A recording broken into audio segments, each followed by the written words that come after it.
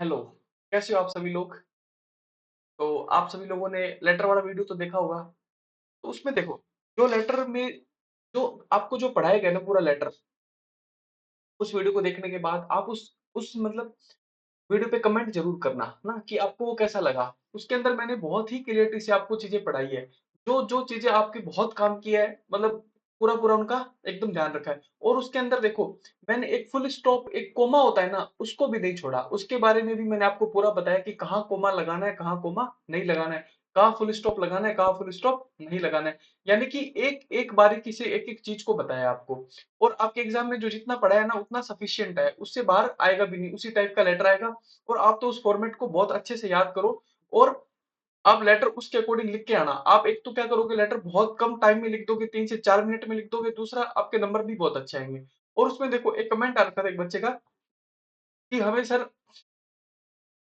Mostly जगह क्या पढ़ाया, थैंकिंग यू पढ़ाया और आपने क्या बताया, थैंक यू, है ना? क्या पढ़ाया आपको, थैंकिंग यू। देखो वो थैंकिंग यू एक्चुअली में क्या होता है, ये हैंगिंग पार्टिसिपल होता है। और हैंगिंग पार्टिसिपल का यूज हम कब करते हैं, देखो किसी भी लेटर के अंदर क्या होता है ना, कि आपने एक लेटर लिखा, फिर सामने वाले ने उसके रिप्लाई में एक लेटर लिखा, फिर आपने एक लेटर लिखा। यानी कि जब पत्राचार लगातार चलता है, यानी कि लेटर क्या होता है, आप लिख रहे हो वो लिख रहा है, फिर आप लिख रहे हो वो लिख रहा है ना? तब हम किसका यूज करते हैं, तब हम थैंकिंग यू का यूज कर सकते हैं। यानी कि क्या होगा कि धन्यवाद दे रहे हैं ना, कि अब आपका लेटर आएगा ऐसे। लेकिन देखो आपको तो सिर्फ एक लेटर लिखना है वहां पे ना, उसका रिप्लाई रिप्लाई कुछ नहीं है, आपको तो क्या करना है, एक लेटर ही लिखना है।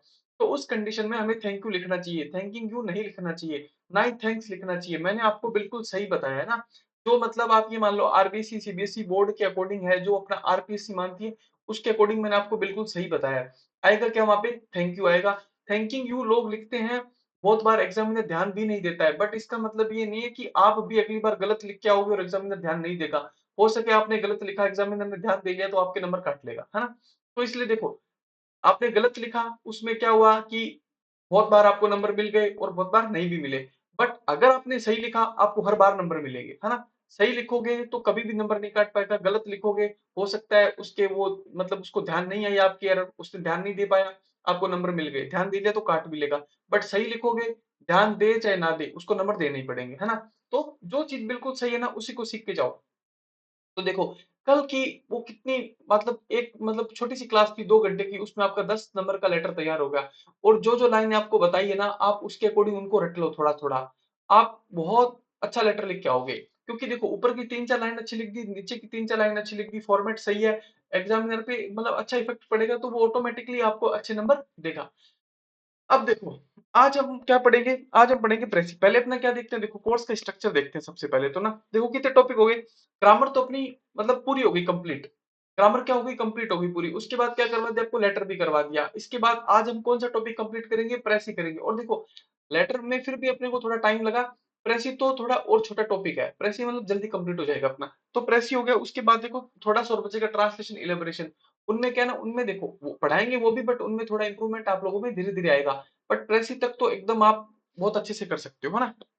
चलें आगे, तो आज हम क्या करेंगे? आज लेक्चर नंबर क्या है अपना? 60, है ना? और आज का टॉपिक क्या है अपना? प्रेसी राइटिंग। क्या टॉपिक है अपना? प्रेसी राइटिंग। उसमें देखो सबसे पहले तो हम क्या देखते हैं कि देखो सबसे पहली तो बात ये, आप क्या करो, कनेक्ट सिविल के अपने टेलीग्राम चैनल को ज्वाइन कर लो। कोई भी किसी प्रकार की इंफॉर्मेशन होगी क्लास की, या कोई और भी सब्जेक्ट की क्लास अगर कल को शुरू करते हैं तो उसकी, यानी कि जो भी आपकी हेल्प करेंगे उन सब चीजों की इंफॉर्मेशन आपको कहाँ मिलती रहेगी?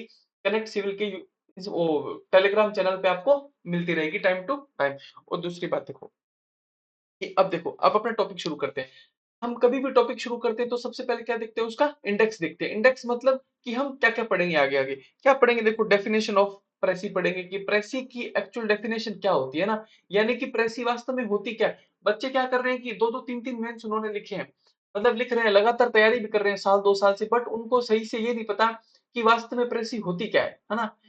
थोड़ा बहुत उन्होंने लिखना भी सीख लिया कहीं से, लेकिन उन्हें अभी भी नहीं पता कि प्रेसी वास्तव में चीज़ क्या होती है। अगर आप थोड़ा-सा प्रेसी को समझ भी जाओगे ना, तो 50% प्रेसी तो आपको तब भी लिखनी आ जाएगी, है ना? अगला देखो, पर्पस ऑफ प्रेसी, यानी कि प्रेसी लिखने का क्या पर्पस है?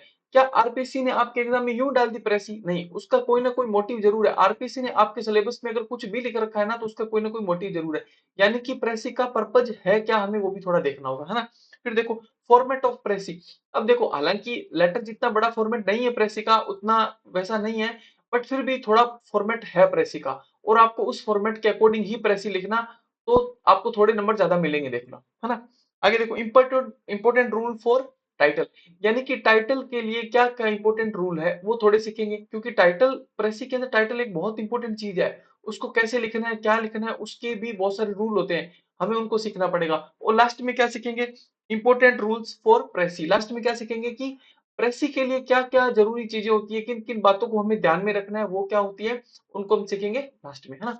चलो अब आगे अपना टॉपिक शुरू करते हैं। वो देखो, हमेशा के लिए, हमेशा की तरह क्या, ए फ्यू रिक्वेस्ट, आप लोगों से हमारी क्या थोड़ी सी रिक्वेस्ट है, क्या कि एक तो आप नोटबुक और पेन लेके बैठो। उससे क्या होगा, देखो अभी आपको इसकी पीडीएफ मिल जाएगी, बट बहुत सारी चीजें जो पीडीएफ में नहीं लिखी होती है, बट जैसे मान लो मैंने बोल दी, आप उनको क्या करो, नोट कर लो, जो आपको अच्छी लगे उनको नोट कर लो। दूसरी बात देखो, टेलीग्राम ज्वाइन कर लो। और देखो ये क्या साइन है, ये है कि आप लोग देखो, जो भी वीडियो देखो उसके ऊपर कमेंट जरूर किया करो, है ना, कि आपको वो वीडियो कैसा लगा, या फिर अगर आपको कुछ समझ में आया नहीं आया, या आपने कहीं और अगर पहले से कुछ पढ़ रखा है, वहां क्या पढ़ाया, उसके अलावा मैंने क्या पढ़ाया, है ना, तो वो कुछ कमेंट कर दिया करो, कुछ डाउट भी हो सकते हैं आप लोगों के।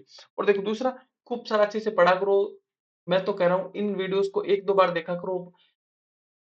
इंग्लिश की पक्का पक्का गारंटी है कि ये सभी चीजें अगर आपने वीडियो भी ध्यान से देख लिया ना, आपके दिमाग में फिट हो जाएगी, है ना। मैंने इसको पढ़ाया ही इसी तरीके से है, इतना साइकोलॉजिकली आपको मैंने पढ़ाया, एक एक चीज को, एक एक पॉइंट को आपस में कनेक्ट कर करके, कि अगर आप थोड़े से ध्यान से वीडियो को देख लो, सारी चीजें आपको याद हो जाएगी वीडियो के अंदर ही। आपको बहुत ज्यादा घर पे इसके लिए अलग से मेहनत नहीं करनी पड़ेगी ना। और देखो, प्रैक्टिस आपको बहुत करनी है, बहुत इंपॉर्टेंट चीज है प्रैक्टिस, ठीक है। आगे चलते हैं, चलो। टू गेट पीडीएफ, पीडीएफ लेने के लिए क्या करना है, देखो देखो हम सब लोग आपके लिए इतनी मेहनत करें, तो थोड़ा सा काम आपको भी करना पड़ेगा। पीडीएफ लेने के लिए क्या करना पड़ेगा, एक्चुअली में थोड़ी सी, ऐसे वो एक ऐड भी आता है ना, कि अच्छाई की मार्केटिंग बहुत जरूरी है ना। देखो बुरी चीजों की मार्केटिंग तो खूब हो रही है, अच्छी चीजों की मार्केटिंग भी करना बहुत जरूरी है। आप थोड़ा सा बस ये जो हम इतना सब कुछ कर रहे हैं, इस अच्छाई की थोड़ी सी क्या कर दो, मार्केटिंग कर दो। एक्चुअली में क्या करना है आपको, कोई भी वीडियो उसका स्क्रीनशॉट लेके कहीं भी अपने किसी भी प्लेटफॉर्म पे शेयर करना है, उसको उसको स्क्रीनशॉट लेके क्या करना है, हमें भेज देना है। जैसे अपने क्या करना है, व्हाट्सएप पे स्टेटस लगा लो, टेलीग्राम पे शेयर कर दो, या फिर टेलीग्राम पे बहुत सारे ग्रुप बने हुए हैं ना, जिसमें देखो हम तो इतना उन पे एक्टिव नहीं है, या फिर हमें तो पता भी नहीं, कहा कि आप लोग तो स्टूडेंट हो, आप लोग तो हजारों ग्रुप से जुड़े हो, आरएस मेंस के लिए, प्री के लिए, आरएस के लिए, फाउंडेशन के लिए। वहां अगर हो सके तो कहीं भी इसको क्या कर दिया करो, शेयर कर दिया करो, है ना। उसके बदले आपको बहुत कुछ मिलेगा, यहाँ से तो मिलेगा ही मिलेगा, और भगवान भी आपको बहुत कुछ देगा, है ना। अच्छा काम करने से बहुत कुछ मिलता है। अब देखो, हमारी इंग्लिश में देखो, जब मैंने आपको सिलेबस बताया था तो क्या बताया था, तीन पार्ट होते हैं, पार्ट ए, पार्ट बी और पार्ट सी, है ना। देखो पार्ट ए में क्या था, ग्रामर थी और वोकैब थी, ग्रामर और वोकैब थी। पार्ट बी के अंदर क्या है, पार्ट बी के अंदर आपका था कंपोजिशन और कॉम्प्रिहेंशन पार्ट था। उसके अंदर देखो तीन क्वेश्चन थे ना, एक तो सबसे पहले तो क्या था हमारा, पैसेज था, फिर क्या था, ट्रांसलेशन के पांच क्वेश्चन थे, फिर क्या था, क्वेश्चन नंबर 31 क्या था, प्रेसी था। बस वही देखो यहाँ लिखा है, क्वेश्चन नंबर 31, यानी कि 31 नंबर क्वेश्चन आपका एग्जाम में आपका क्या आएगा, प्रेसी का आएगा, है ना। इसको याद रखना है। कल जो लेटर पढ़ा था वो कौन सा नंबर क्वेश्चन था, वो 34 नंबर क्वेश्चन आएगा। टोटल क्वेश्चन कितने आएंगे, 34 ही आएंगे, है ना। तो प्रेसी कितने नंबर पर आएगी, 31 नंबर पर आएगी।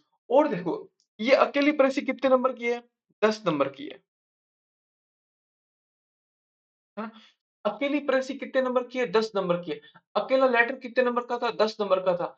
यार ये बहुत इंपॉर्टेंट चीज है, देखो 10 नंबर बहुत बड़े होते हैं, आप इसको बिल्कुल भी यूं नहीं छोड़ सकते हो।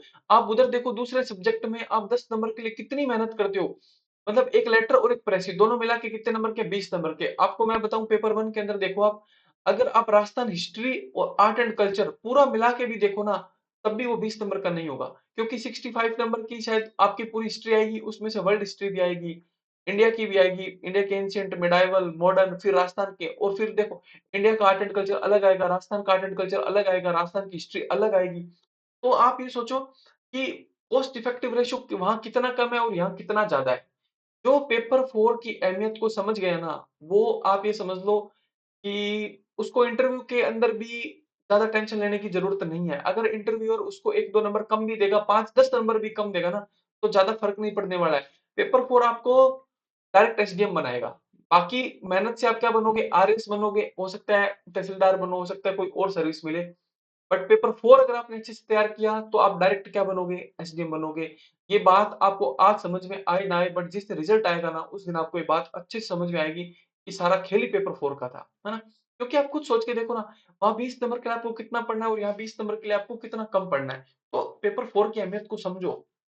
उधर पढ़ने में बहुत मजा आता है, मुझे भी पता है इस बात को। पॉलिटी को, हिस्ट्री को, आर्ट एंड कल्चर को, इकोनॉमिक्स को, एथिक्स को पढ़ने में बहुत मजा आता है। यहाँ इतना इंटरेस्टिंग नहीं है, बट नंबर यही दिलाएगा। देखो, आपको आपको क्या करना है, पढ़ के मजा लेना है या फिर आपको क्या बनना है, एसडीएम बनना है। अगर एसडीएम बनना है तो इधर ध्यान दो, है ना। ज्यादा टाइम इसको दो, इसको डेली 1-2 घंटे टाइम निकालो। बाकी सब्जेक्ट भी पढ़ने हैं साथ साथ में, बट इसको तो डेली पढ़ना है। आपका तो मेंस का अभी एग्जाम आ रखा है, मैं तो कह रहा हूँ आप जिस दिन से आरएस की तैयारी शुरू करो ना, जिस दिन पहले दिन से इंग्लिश और हिंदी को तो उसी दिन से पढ़ना शुरू कर दो, है ना। आपको एसडीएम बनने से कोई नहीं रोक पाएगा। चलो अब आगे चलते हैं, प्रेस रेटिंग, है ना। अब देखो, सबसे पहले तो मैं आपको एक बात बताता हूँ। बहुत सारे बच्चे इसको प्रिसाइज बोलते हैं। पहले तो ये प्रिसाइज नहीं है, देखो इसको गलत तो प्रोनाउंस करना ही नहीं है अपने को। ये क्या है, ये प्रेसी है। क्या बोलना है इसको, प्रेसी। 2-3 बार बोलो, देखो इसको क्या बोलना है, प्रेसी, ना कि प्रिसाइज। प्रिसाइज नहीं है ये, प्रिसाइज एक अलग वर्ड होता है इंग्लिश का, उसका मतलब कुछ और होता है। इसका प्रोनाउंस क्या करना है इसको, प्रेसी। प्रेसी देखो एक्चुअली में ये एक फ्रेंच वर्ड है ना। फ्रांस की जो लैंग्वेज है फ्रेंच, उसका वर्ड होता है प्रेसी। प्रेसी का मतलब फ्रेंच वर्ड में ये होता है कि जो चीजें इसेंशियल नहीं है ना, जो चीजें जरूरी नहीं है, उनको हटा देना। उनको क्या कर देना, हटा देना। मतलब कुल मिला के बात है कि बेकार की चीजों को हटा के जो काम की बात है उसको ही रखना, बस। वो क्या होता है, प्रेसी। अब देखो इसकी डेफिनेशन लिखिए, मैंने क्या लिखे, it is a French word, it is a French word which means the removal of all that is inessential।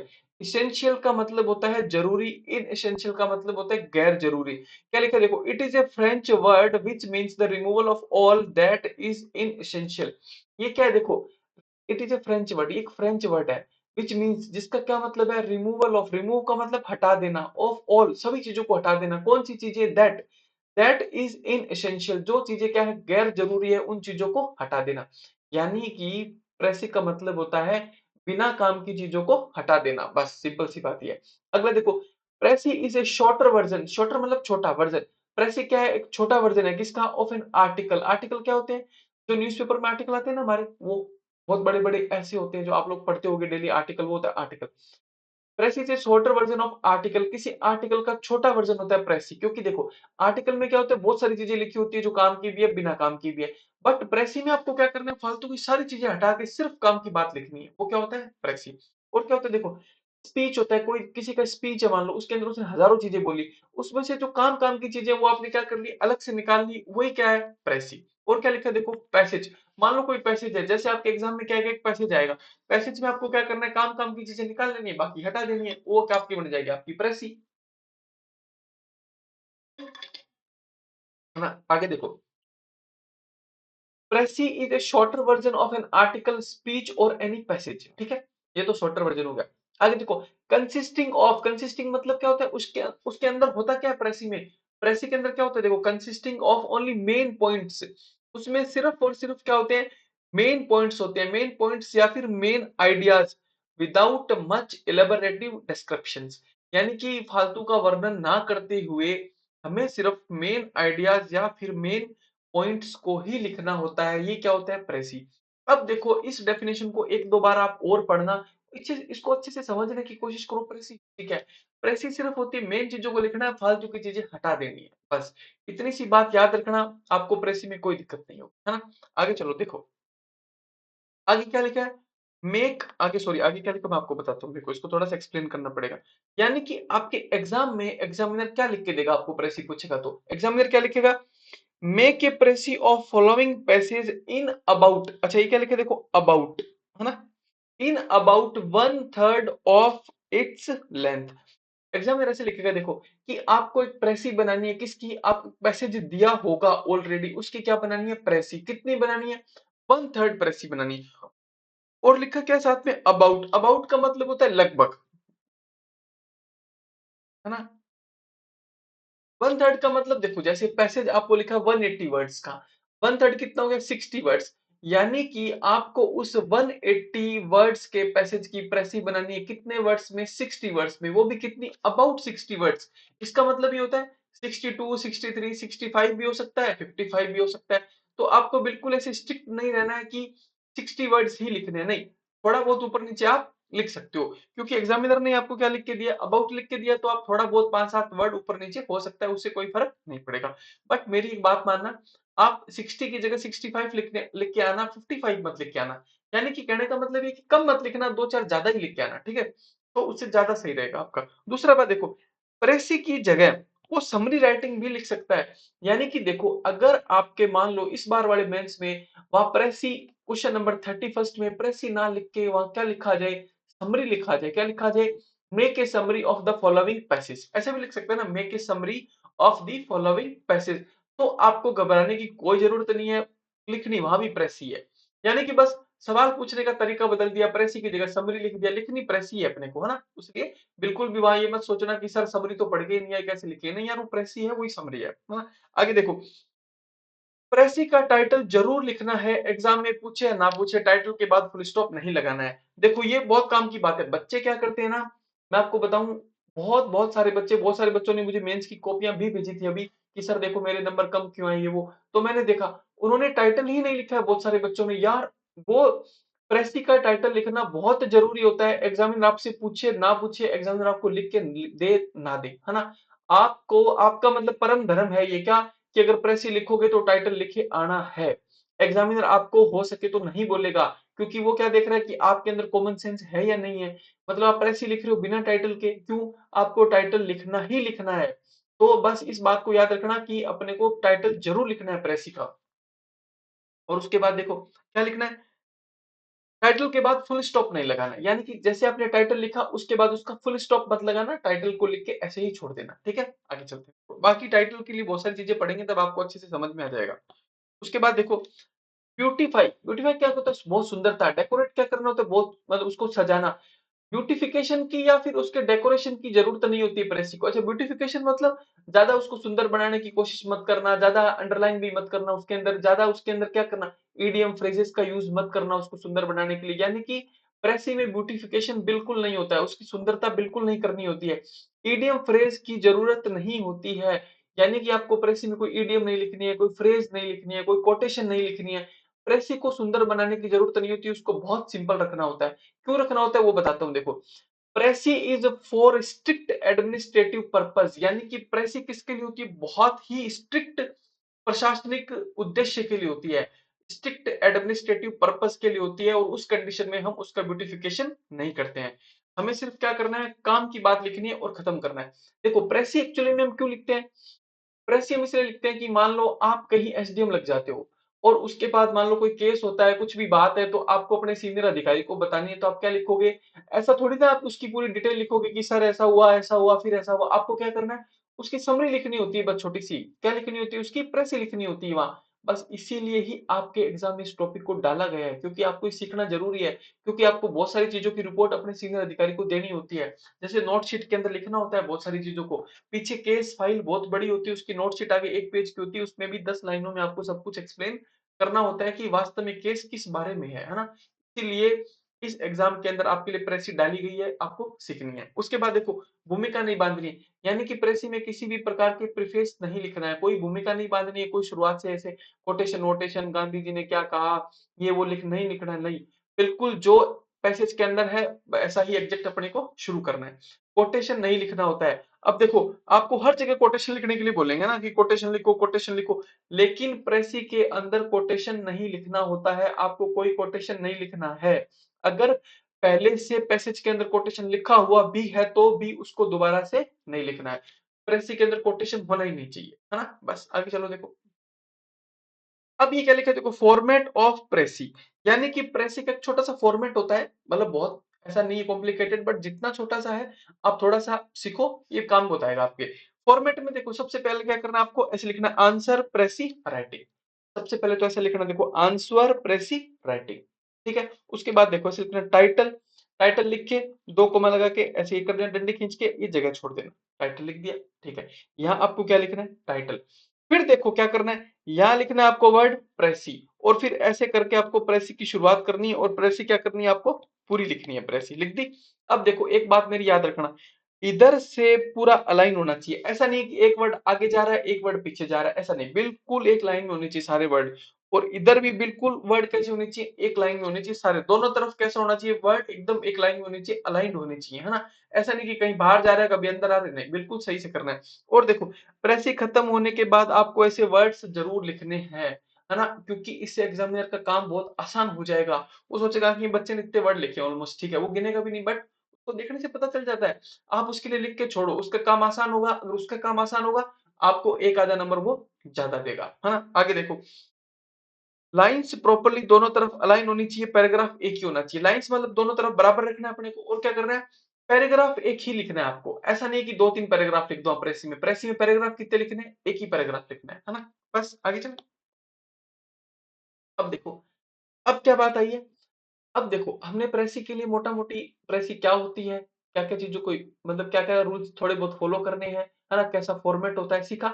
अब देखो हम क्या करेंगे, इसका छोटे छोटे पार्ट सीखेंगे इसके प्रेसी के, यानी कि टाइटल कैसा होना चाहिए, कैसा लिखना है, कैसा गलत होता है, क्या सही है, वो हम धीरे धीरे सीखते हैं। अब देखो सबसे पहले हम किसकी बात करते हैं, टाइटल की। देखो क्या लिखा है, इंपोर्टेंट रूल्स फॉर टाइटल, यानी कि टाइटल के लिए क्या क्या जरूरी नियम होते हैं। देखो पहला पहला पढ़ो क्या लिखा है, टाइटल के बाद फुल स्टॉप नहीं लगाना है। अब देखो मैं इन एक एक रूल को दो चार बार नहीं बोलूंगा, ज्यादा बार नहीं बोलूंगा, क्योंकि उससे क्या होता है, वीडियो थोड़ा सा लंबा बनता है और आप ही लोगों का टाइम खराब होता है। तो ये बहुत छोटी सी बात है, इसको एक बार में भी आप समझ जाओगे, बार बार बोलने की इसको जरूरत नहीं है। यानी कि क्या करना है, देखो टाइटल के बाद फुल स्टॉप नहीं लगाना है ना, बस। अगला देखो, title should not be more than 3 to 4 words. Title आपका 3 से 4 वर्ड से ज्यादा नहीं होना चाहिए। ऐसा नहीं है इतना बड़ा टाइटल लिख के आ गया पूरा 6-7 वर्ड्स का, नहीं, 3 वर्ड्स का मैक्सिमम 4 वर्ड्स का टाइटल होना चाहिए, इससे ज्यादा बड़ा टाइटल नहीं होना चाहिए। आगे देखो, title should not be A proper sentence, यानी कि टाइटल एक प्रॉपर सेंटेंस नहीं होना चाहिए, है ना, वो गलत होता है। देखो जैसे देखो, मैं आपको हिंदी में बताता हूँ, मेहनत का फल, मेहनत का फल एक टाइटल हो सकता है, बट आपने टाइटल क्या लिख दिया, मेहनत का फल मीठा होता है। यार ये बात गलत हो गई, ये टाइटल नहीं होता है। ये तो उस जो स्टोरी आपने पढ़ी उसका मोरल था क्या, कि मेहनत का फल मीठा होता है। टाइटल तो सिर्फ कितना सा होगा, मेहनत का फल। यानी कि टाइटल लिखते समय आप एक बात ध्यान रखना, आप बड़ा सेंटेंस मत बना देना टाइटल के अंदर, वो गलत हो जाएगा। उसके बाद देखो क्या लिखा है, जहां तक कोशिश हो सेंटेंस फॉर्मेट में या हेल्पिंग वर्ब वर्ब नहीं लिखनी होती है टाइटल में। टाइटल के अंदर जहां तक पॉसिबल हो उसको सेंटेंस मत बनाना, यानी कि सब्जेक्ट वर्ब ऑब्जेक्ट जैसा होता है ना, वर्ब हेल्पिंग वर्ब नहीं लिखनी होती है टाइटल में। टाइटल बहुत सिंपल होना चाहिए।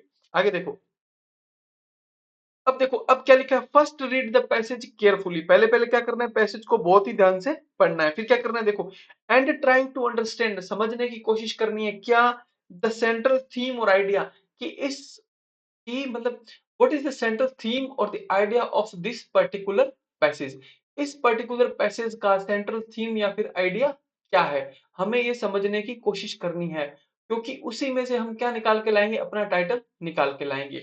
अब एक बात बताता हूं, देखो पैसेज क्या होता है, थोड़ा कॉम्प्लिकेटेड भी हो सकता है, और एग्जामिनर जान पूछ कर उसमें क्या करते हैं, दो तीन लाइनें इतनी फिलोसॉफिकल लिखता है कि आपको वो समझ में नहीं आती है। तो उस बात की कोई चिंता नहीं करनी है, आप तो मोटा मोटी उसको पढ़ो, आपको जितना समझ में आए उसमें से उसकी सेंट्रल थीम देखो, कि ये मनी पर लिखा है, हेल्थ पर लिखा है, वेल्थ पर लिखा है, करेंसी पर लिखा है, नेशन पर लिखा है, मार्केटिंग पर लिखा है, किस पर लिखा गया है पैसेज, वो आपको समझ में आ जाएगा। उसमें से उस सेंट्रल आइडिया से एक टाइटल निकाल के लाना है अपने को, हाँ। और देखो हर बच्चे का टाइटल अलग होगा, क्योंकि ये देखो ये इसमें सब्जेक्टिविटी रहेगी, सबका टाइटल अलग होगा, सबका उस पैसेज को पढ़ने का देखने का नजरिया अलग है ना।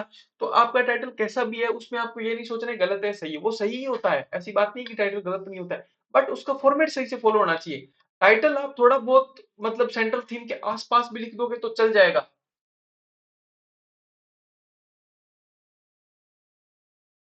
बट जो ये रूल मैं आपको बता रहा हूं, अगर आपने ये फॉलो नहीं किए तो आपके नंबर कटेंगे, है ना। क्योंकि देखो एग्जामिनर भी समझदार है, उसको भी पता है कि बच्चा बच्चा परीक्षण में भी है, 3 घंटे के अंदर इतना बड़ा पेपर करना है उसको, तो उसके पास इतना टाइम नहीं है कि इस परेसी को पैसेज को 10 बार पढ़ेगा, है ना। तो आप टाइटल थोड़ा आसपास भी लिखोगे तो एग्जामिनर कॉम्प्रोमाइज कर लेगा, वो सोचेगा कि चलो कोई बात नहीं बच्चे ने अच्छा लिखा है। बट यार एक टाइटल होता क्या है आपको ये तो पता होना चाहिए ना, टाइटल कैसे लिखना है, टाइटल के अंदर कौन सा लेटर कैपिटल लेटर होना चाहिए, इसका तो आपको पता होना चाहिए ना। अगर वो गलती करोगे तो फिर देखो एग्जामिनर आपके नंबर काटेगा, है ना। आगे चलते हैं, देखो रीड दी पैसेज केयरफुली, है ना। And try to understand the central theme और आइडिया। पैसेज को ध्यान से पढ़ना है, उस पैसेज की क्या सेंट्रल थीम है, क्या उसका आइडिया है, वो हमें पता लगाने की कोशिश करनी है। फिर देखो, हेडिंग या title must be based on that central theme और आइडिया। हमारा जो हेडिंग या फिर जो टाइटल होगा, that will be based on that central theme और आइडिया। वो जो सेंट्रल थीम या आइडिया आप निकाल के लाए हो उसके ऊपर बेस होगा। चिंता मत करो, ऐसा नहीं है कि आपको बहुत ही बिल्कुल सही टाइटल निकाल के लाना है, नहीं, सबका अलग-अलग होगा। एग्जामिनर भी इस बात को समझता है, इसलिए चिंता करने की कोई बात नहीं है। बट बाकी रूल एकदम फॉलो करने हैं। सेंटेंस फॉर्मेट में नहीं लिखना है तो नहीं लिखना है। टाइटल बहुत बड़ा नहीं लिखना है तो नहीं लिखना है। उसके अंदर हेल्पिंग वर्ब नहीं होनी चाहिए तो नहीं होनी चाहिए। उसके बाद देखो, टाइटल पूछे न पूछे आपको लिखना जरूर है। ये बात आप एकदम मतलब पक्का याद रखो मेरी। टाइटल लिखना जरूर है, एग्जामिनर पूछे ना पूछे, है ना, आपको लिख के आना है। जबरदस्ती है हमारी ये कि भाई आप पूछो और चाहे मत पूछो, हम तो लिख के आएंगे, है ना, बस वो वाली बात है। टाइटल जरूर लिख के आना है अपने को। उसके बाद देखो, title should be short and sweet. Title कैसा होना चाहिए? शॉर्ट होना चाहिए और कैसा होना चाहिए? स्वीट होना चाहिए, बहुत सिंपल होना चाहिए। बस आगे देखो, title must not have a verb. Title के अंदर प्रॉपर सेंटेंस नहीं होना चाहिए, वर्ब हेल्पिंग वर्ब नहीं होनी चाहिए, है ना। बस आगे देखो, all words must start with a capital letter. यानी कि टाइटल के अंदर आप जितने भी वर्ड्स लिखोगे सभी कहां से स्टार्ट होने चाहिए? कैपिटल लेटर से स्टार्ट करने हैं। यानी कि देखो, टाइटल के अंदर ऐसा मत करना आप स्मॉल लेटर में लिख के आ जाओ सब कुछ। हाँ, पहला जो लेटर होगा किसी भी वर्ड का वो कैसा लिखना है आपको? कैपिटल लिखना है। जैसे देखो ये लिखा है, देखो, कल्चर एंड रिलीजन। कल्चर में सी कैपिटल है और आर कैपिटल है। अब देखो, मनी एंड हेल्थ में एम कैपिटल है और एच कैपिटल है। इंपॉर्टेंस ऑफ हेल्थ में एच कैपिटल है और आई कैपिटल है ना। ऐसे आपको क्या करना है? कैपिटल वर्ड्स का थोड़ा सा ध्यान रखना है। आगे देखो, आपको टाइटल शुरुआत में नहीं लिखना है, आप सिर्फ टाइटल ऐसी हेडिंग डालकर छोड़ दें। अब देखो, मैं आपको एक चीज एकदम पूरे एक्सपीरियंस के साथ बता रहा हूं। आप क्या करना, पैसेज को पढ़ना, सेंट्रल थीम आइडिया पकड़ना, आपके दिमाग में जो भी टाइटल आया है उसका, आपके दिमाग में जो कुछ आपके दिमाग ने उससे सोचा, आपको लगा कि इसका टाइटल तो ये होगा, इसकी हेडिंग तो ये होगी इस प्रेसी की, उसको क्या करना, वहां मत लिखना। कहा नहीं लिखना? यहां मत लिखना। देखो, ये जो जगह है ना,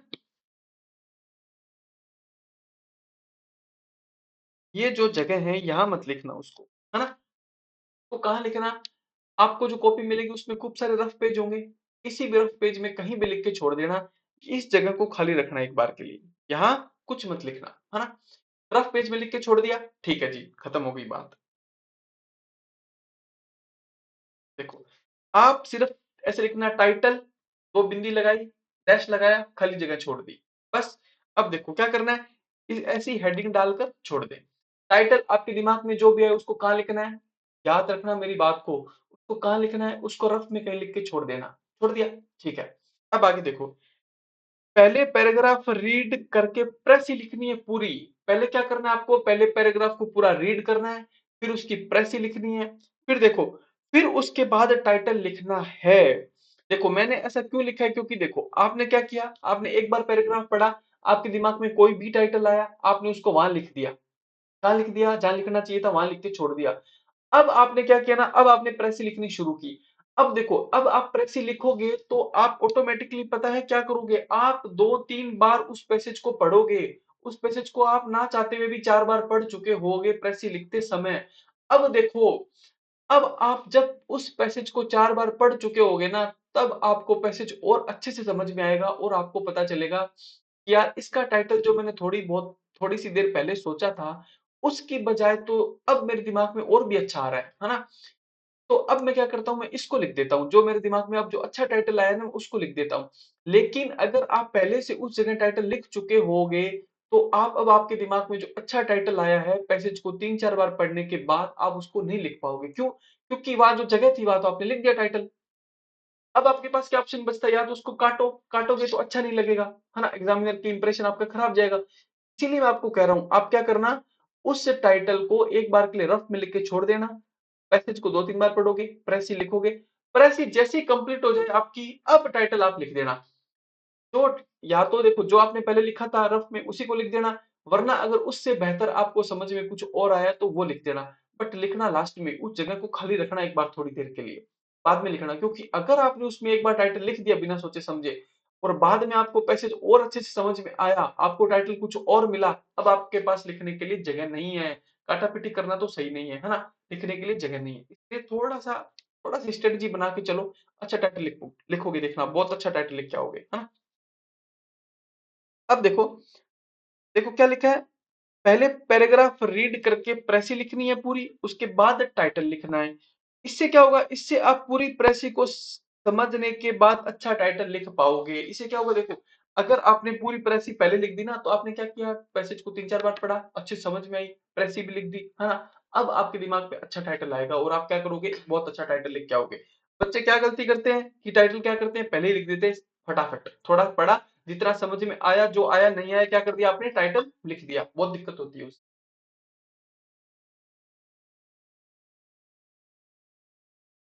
चले आगे। अब देखो नीचे क्या लिखा है, एग्जाम्पल्स ऑफ एल्स, है ना, कि टाइटल के एग्जाम्पल क्या क्या होंगे। देखो इसमें मैं आपको समझाता हूँ। देखो देखो आपको कैसा टाइटल लिखना है, आपको ऐसा लिखना है। देखो क्या लिखा है, इंपोर्टेंस ऑफ वेल्थ। क्या लिखा आपने, इंपोर्टेंस ऑफ वेल्थ। अब देखो एक बहुत ही फेमस लोग लिखते हैं, क्या लिखते हैं, health is wealth. Health is wealth अच्छा टाइटल नहीं है, क्यों नहीं है बताओ, क्योंकि ये इज, इसके अंदर आपने वर्ब लिख दी। Health is wealth is not a good title, है ना। हेल्थ इज वेल्थ क्या है, अच्छा टाइटल नहीं है। क्यों नहीं है, क्योंकि इसके अंदर आपने क्या लिखी है, एक वर्ब लिखी है, हेल्पिंग वर्ब लिखी है, जो कि गलत है, टाइटल में नहीं लिखनी होती है। तो आपको इस तरीके का टाइटल लिखने की बजाय आपको कैसा टाइटल लिखना है, इंपोर्टेंस ऑफ हेल्थ, है ना, मैजिक ऑफ हेल्थ, है ना, कुछ भी लिख दो ऐसा, बट हेल्पिंग वर्ब वर्ब नहीं लिखनी है। वरना क्या लिख दो देखो, और देखो culture and religion, culture and religion, ये अच्छा टाइटल है, कल्चर एंड रिलीजन। और देखो मनी एंड हेल्थ, है ना, मनी एंड हेल्थ, ऐसा मत लिख देना, money, health is more important than money, ये बात गलत हो जाएगी। देखो है ना, आपने लिख दिया health is more important than money, ये टाइटल गलत होता है। क्या बनाओ, मनी एंड हेल्थ या फिर हेल्थ एंड मनी, कुछ भी। आगे देखो इंपोर्टेंस ऑफ हेल्थ आपको बता ही दिया। आगे देखो प्लेजर ऑफ गिविंग, गिविंग मतलब क्या होता है, देना, प्लेजर क्या होता है, सुख, देने का सुख, यानी कि दान करते हैं हम ना, उसमें भी हमें क्या मिलता है, सुख मिलता है। तो क्या लिखा अपने टाइटल, प्लेजर ऑफ गिविंग। ऐसा मत लिख देना गिविंग इज या donation is a good thing, ऐसा ऐसा टाइटल नहीं होता है, प्लेजर ऑफ गिविंग। आगे देखो रोल ऑफ एजुकेशन, ये बहुत अच्छा टाइटल, देखो रोल ऑफ एजुकेशन, ऐसा टाइटल मत बना देना, एजुकेशन इज इंपॉर्टेंट, ये गलत होता है। क्यों, क्योंकि इसके अंदर आपने इस लिखा है, जो कि एक वर्ब, हेल्पिंग वर्ब है, और उसका यूज टाइटल में नहीं करना होता है। आप क्या लिखो इसकी बजाय, रोल ऑफ एजुकेशन, या क्या लिखो, इंपोर्टेंस ऑफ एजुकेशन, वो भी चलेगा, बट एजुकेशन इज इंपॉर्टेंट ये नहीं चलेगा। अगला देखो पावर ऑफ नॉलेज, यानी कि नॉलेज की शक्ति, पावर ऑफ नॉलेज, ये बहुत अच्छा टाइटल है। इसको ऐसे मत लिखना कभी भी, नॉलेज इज पावर, है ना, ये क्या हो जाएगा, एक गलत टाइटल हो जाएगा। अब देखो मैंने तो थोड़े बहुत एग्जांपल ही दिए हैं, बट अगर आप इससे मैं क्या कहना चाहता हूँ वो सीख गए, तो आपको टाइटल लिखने में कोई दिक्कत नहीं होगी। आगे देखो इंपोर्टेंस ऑफ वर्क, यानी कि काम का क्या है, महत्व, इंपोर्टेंस ऑफ वर्क, ऐसा मैंने दिया, वर्क इज इंपोर्टेंट, वो गलत हो जाएगा। क्या लिखो, importance of work, value of work, कुछ भी लिख दो चलेगा।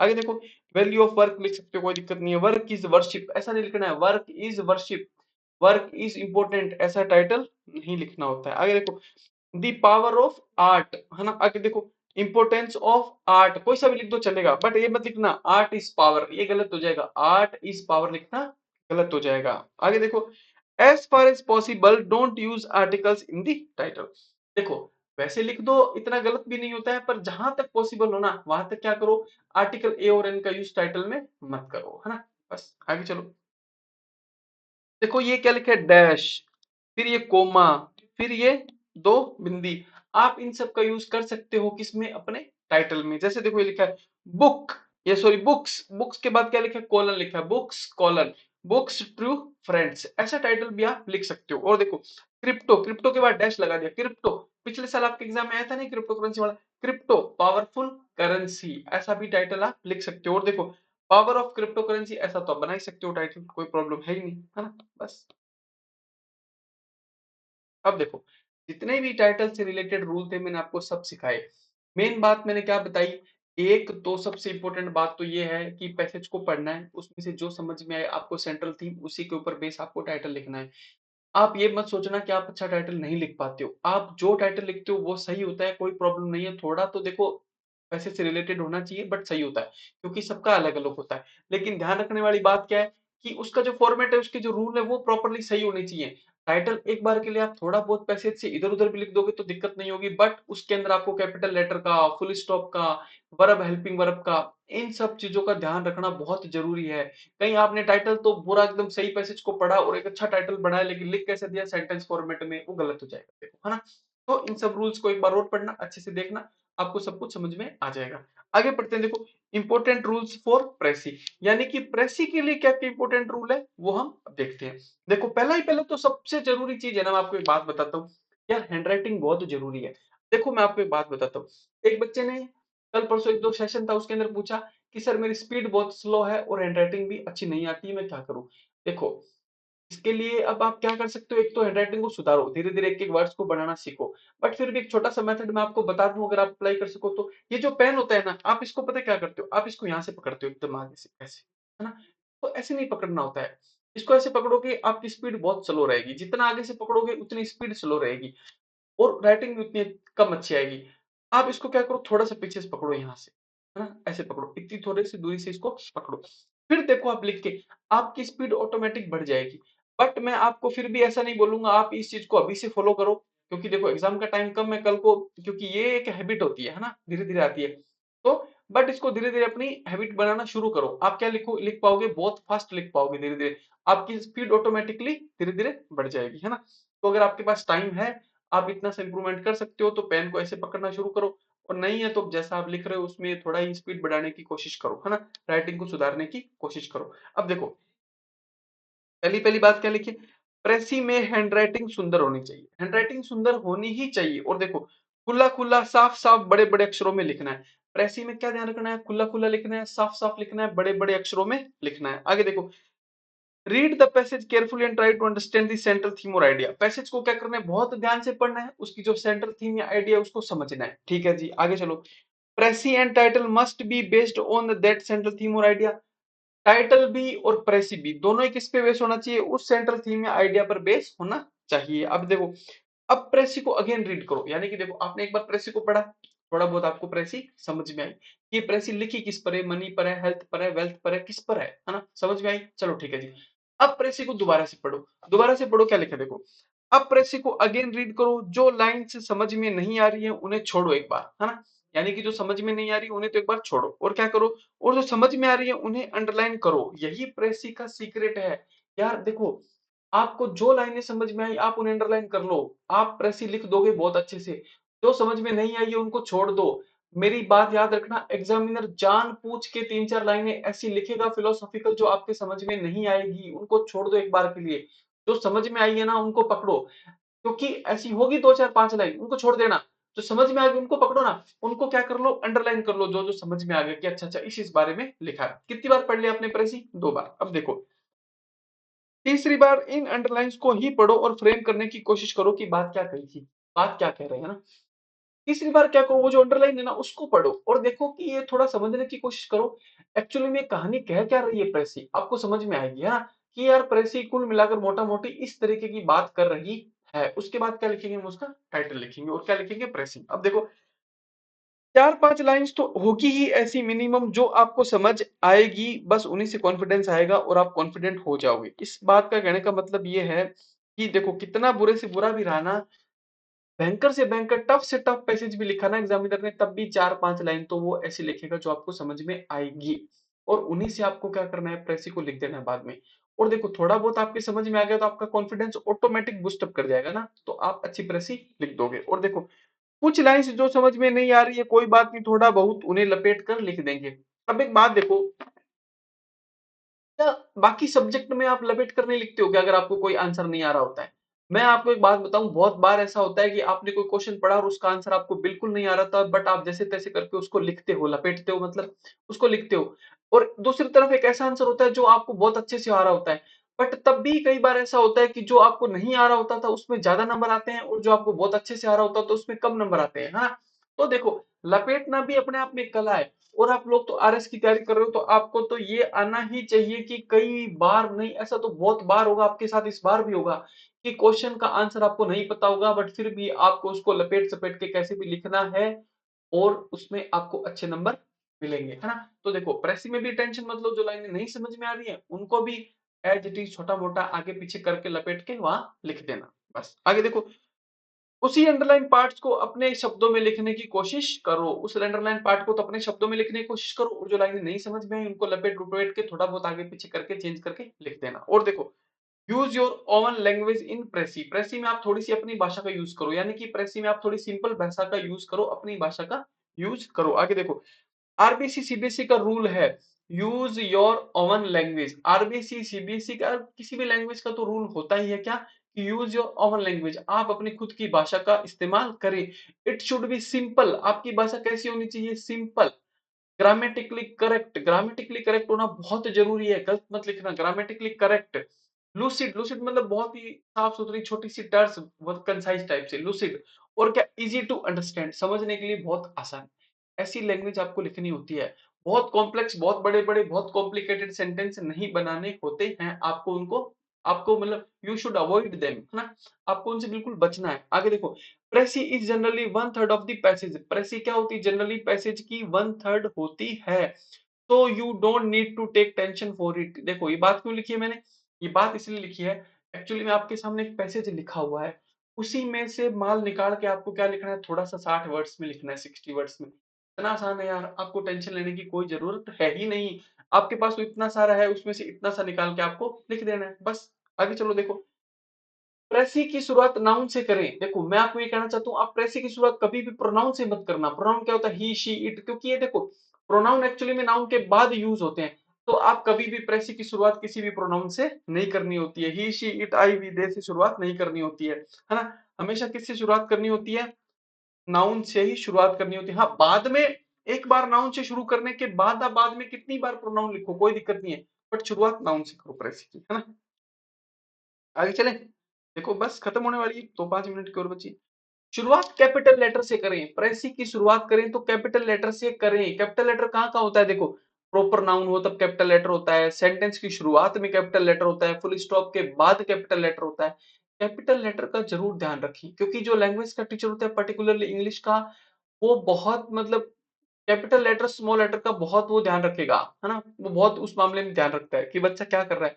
दूसरा वो ध्यान रखता है सब्जेक्ट वर्ब एग्रीमेंट का, subject singular, verb singular, subject plural, verb plural, वो इन दो चीजों का बहुत ध्यान रखता है टीचर, है ना। दूसरा देखो, कहीं ऐसा मत कर देना कि शुरुआत की 2-4 लाइन से ही 50% प्रेसी लिख दो। अब बच्चे, मैं बताऊं क्या करेंगे, पैसेज पढ़ा, शुरुआत की 2 लाइनें ही फटाफट उन्हीं की वैसी प्रेसी, 2 लाइनों से 4 लाइन बना दी वहां पे। अरे कम करनी होती है, आपने तो बढ़ा दी, 2 लाइनों की 4 लाइन की प्रेसी तो लिख चुके आप।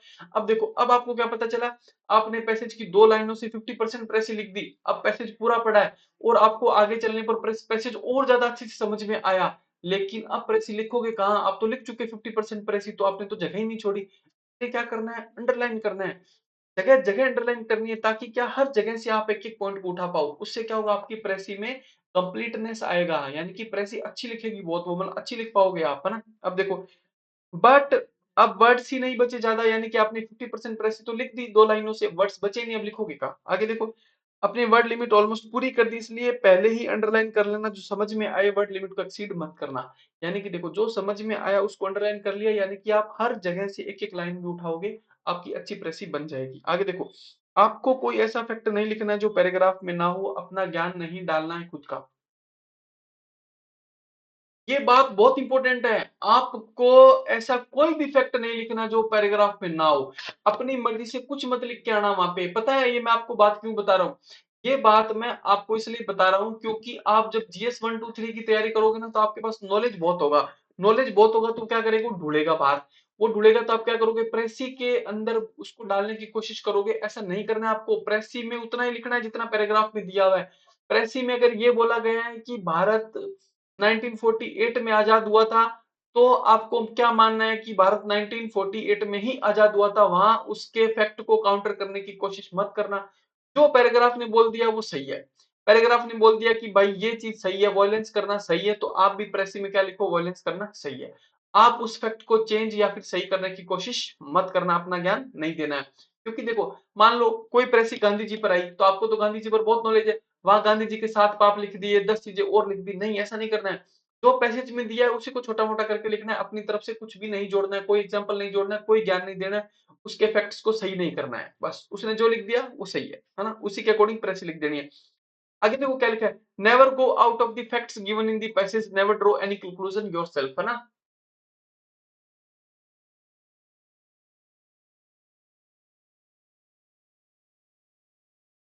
यानी कि क्या है, देखो जो फैक्ट पैसेज में दिए गए हैं ना, उनसे बाहर नहीं जाना है, आपको खुद की तरफ से कोई कंक्लूजन ड्रॉ नहीं करना है ना। जो पैसेज में लिखा है वैसा का वैसा अपने को लिख देना है, बस। आगे देखो, प्रेसी में निम्न चीजों का प्रयोग ना करें। प्रेसी में कभी भी ईडीएम का, फ्रेज का, डेफिनेशन का, कोटेशन का यूज नहीं करना है ना। और देखो, कोटेशन का यूज नहीं करना है, एग्जाम्पल नहीं देने हैं। एग्जाम्पल अगर पैसेज में लिखे भी हैं तो प्रेसी में दोबारा से नहीं लिखनी है, एग्जाम्पल को हटा देना है ना। क्योंकि प्रेसी बहुत छोटी लिखनी होती है, बहुत स्ट्रिक्ट होती है, उसमें एग्जाम्पल एग्जाम्पल सब हट जाते हैं उससे। और देखो, एक्सप्लेनेशन नहीं करना है, किसी भी चीज का वर्णन नहीं करना है, उसको हटा देना है वहां से। और देखो, आई वी फर्स्ट पर्सन का यूज नहीं करना होता है ज्यादा प्रेसी में ना। और देखो, क्वेश्चन का, कोटेशन का यूज नहीं करना है। और देखो, डायरेक्ट स्पीच के सेंटेंस को इनडायरेक्ट स्पीच में चेंज करके लिखना है आपको, उसको डायरेक्ट में मत लिख देना, वो बड़ा लिखा जाएगा, उसको इनडायरेक्ट में चेंज करके लिख देना। और देखो, don't change any wrong information. Wrong information मेरे कहने का मतलब ये है, अगर पैसेज में कोई बात गलत भी लिखी हुई है तो उसको आपको सही करके नहीं लिखना है, जैसी सामने वाले ने लिखी है वैसी की वैसी आपको लिखनी है, बात खत्म। बस आगे देखो, don't divide precis into paragraphs. Precis को पैराग्राफ में नहीं तोड़ना होता है। Write precis in one paragraph. Precis को किस में लिखना है, आपको हमेशा एक पैराग्राफ में ही लिखना है। आगे देखो, शुड, मस्ट, और टू सजेशन वाले सेंटेंस प्रेसी में थोड़ा सा क्या करने हैं, आपको अवॉइड करने हैं। जैसे देखो, ये जितने भी मॉडल के सेंटेंस है ना, शुड है, मस्ट है, और टू है, कोई भी सजेशन है, यानी कि देखो एग्जाम्पल है, सजेशन है, इन सबको क्या करना है, अवॉइड करना है, नहीं लिखना है अपने को। आगे देखो, कंजक्शन का यूज जरूर करना है। कंजक्शन का यूज क्यों करना है, क्योंकि इससे क्या होगा कि सेंटेंस आपके छोटे छोटे बनेंगे, है ना।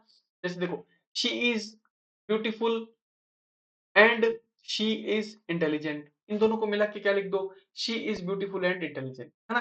तो क्या करना है, कंजक्शन का यूज जरूर करना है, जिससे क्या हो जाएगा, सेंटेंस आपका छोटा हो जाएगा, है ना। बस यही तो काम होता है प्रेसी का। और देखो, don't write such sentences in प्रेसी।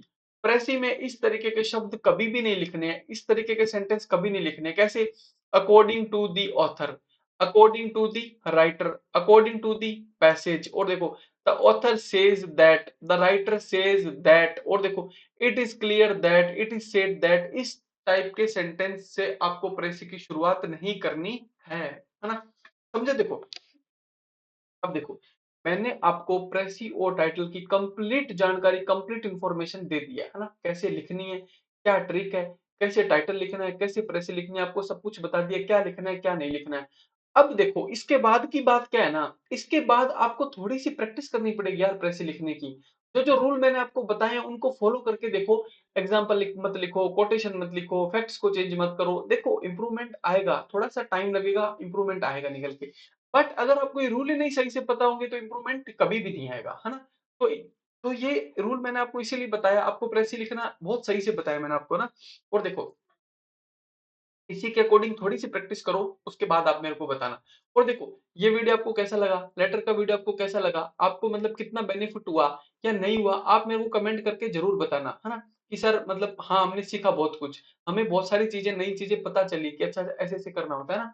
तो जो भी चीज आप कमेंट करके जरूर बताना। अगर उसमें कोई डाउट रह गया, कोई कंफ्यूजन है, तो उसके लिए भी आप क्या करना, कमेंट करके जरूर बताना, है ना। तो चलो देखो आगे चलते हैं।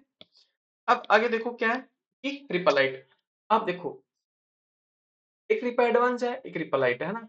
तो रिपलाइट देखो, इसमें क्या है, सब कुछ है, बस मेंटरशिप नहीं है और कॉपी का इवोल्यूशन नहीं है। और देखो, बहुत कम रुपए में मिल रहा है आपको, ओल्ड स्टूडेंट के लिए तो 3000 का है, न्यू स्टूडेंट के लिए 5000 का है। आपको इससे बहुत बेनिफिट होगा। इसके अंदर आपको देखो, टेस्ट सीरीज, कलम, वीआईपी, टारगेट 120 सब कुछ मिलेगा। और मैं आपको कह रहा हूँ, अकेला ये टारगेट 120 है ना, टारगेट 120 अकेला, टारगेट 120 खुद में इतनी कैपेबिलिटी है कि आपके 15 से 20 नंबर बढ़ा देगा। और देखो, अगर 2-4 हजार रुपए लग के आपके 15 से 20 नंबर बढ़ जाते हैं तो कोई बुरे नहीं है। मतलब लगानी चाहिए। पैसा और समय बचाने की चीज नहीं होती है, ये बहुत गलत धारणा है। पैसा और समय बचाने की चीज नहीं है, ये जाएंगे ही जाएंगे। इनको तो अच्छे से यूटिलाइज करना होता है। समय आप कितना बचा लो, क्या बचा लोगे, नहीं बचा पाओगे, दिन निकलेगा, खत्म होगा। उस समय को अच्छे से यूटिलाइज करो। पैसा बचा लो, मत बचाओ, नहीं बचा पाओगे, उसको यूटिलाइज करो। Money and time is to be utilized, है ना, नॉट टू बी सेव्ड। इनको बचाना नहीं होता है, इनको तो क्या करना है, यूटिलाइज करना है, मतलब इनका अच्छा उपयोग करना है ना। तो अच्छा उपयोग करो उनका। और दूसरी बात देखो, हाउ टू ज्वाइन, कैसे ज्वाइन करना है। कनेक्ट सिविल के टेलीग्राम चैनल पे जाना और क्या करना, लेट्स कनेक्टेड पे सर को मैसेज कर देना बस। और देखो हमेशा की तरह ये बात आपको, रेस्पेक्ट एवरी ह्यूमन बीइंग। और देखो डेली एक्सरसाइज करनी है आप लोगों को, और क्या करना है, अच्छा अच्छा खाना खाना है, घर वालों से डेली बात करनी है। क्यों कहते हैं हम आपको ऐसा ये रोज रोज डेली, क्योंकि यार आप लोग तैयारी करते हो, बच्चे हो, मतलब बहुत ज्यादा उम्र भी नहीं है, कैसे कैसे आप तैयारी कर रहे हो सोचो। टेंशन मत लिया करो, होगा आप लोगों का, सबका होगा, बिल्कुल चिंता मत किया करो, घर वालों से अच्छे से बात किया करो, सब कुछ अच्छा होगा। बिल्कुल भी चिंता मत करो, ये तो छोटा सा एग्जाम है यार, बहुत बहुत जिंदगी है ना। देखो दूसरा, आप क्या क्या करो, वीडियो को लाइक किया करो, ना अच्छा लगे डिसलाइक किया करो। और देखो ट्विटर पे फॉलो करो, टेलीग्राम पे फॉलो कर लो। और देखो अगर आपको कोई डाउट हो तो आप क्या कर दिया करो, कमेंट कर दिया करो। पीडीएफ लेने के लिए क्या करना है आपको बता दिया। चैनल को क्या कर लो, सब्सक्राइब कर लो, है ना। तो ठीक है जी, धन्यवाद आप लोगों का बहुत बहुत।